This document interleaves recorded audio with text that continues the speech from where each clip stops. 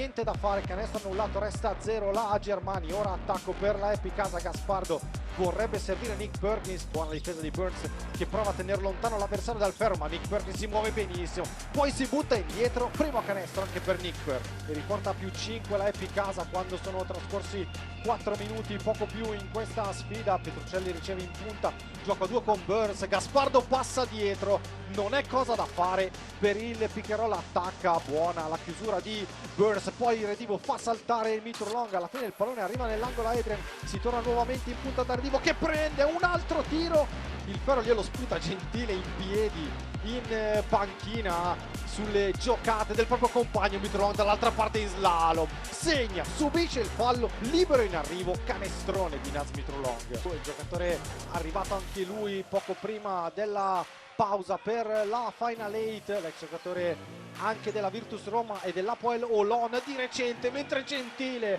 ha scaldato la mano, la palla dall'altra parte, il pallone che arriva a Zanelli nell'angolo, attaccato Cobis, ma arriva la gran stoppata di Kenny Gabriel che cancella il tiro di Zanelli, poi dall'altra parte la Quintana con un altro runner difficile, bel canestro e Brescia torna a -9.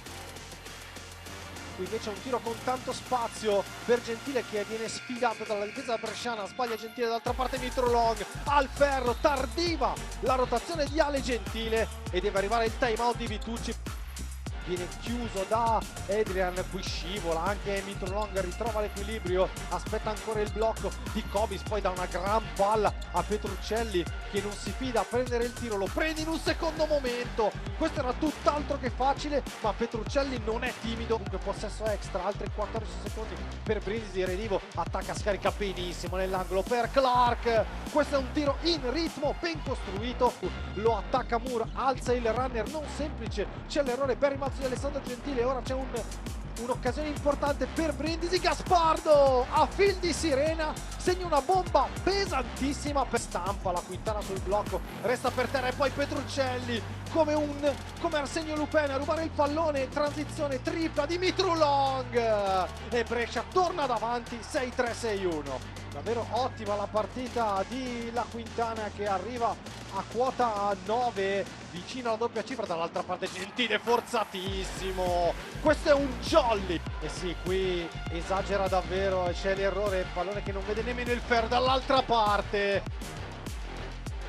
di partita. Wes Clark vuole subito attaccare, scarica per Lucio Redivo, tiro piedi per terra e Redivo dopo una serie di errori, Cobbins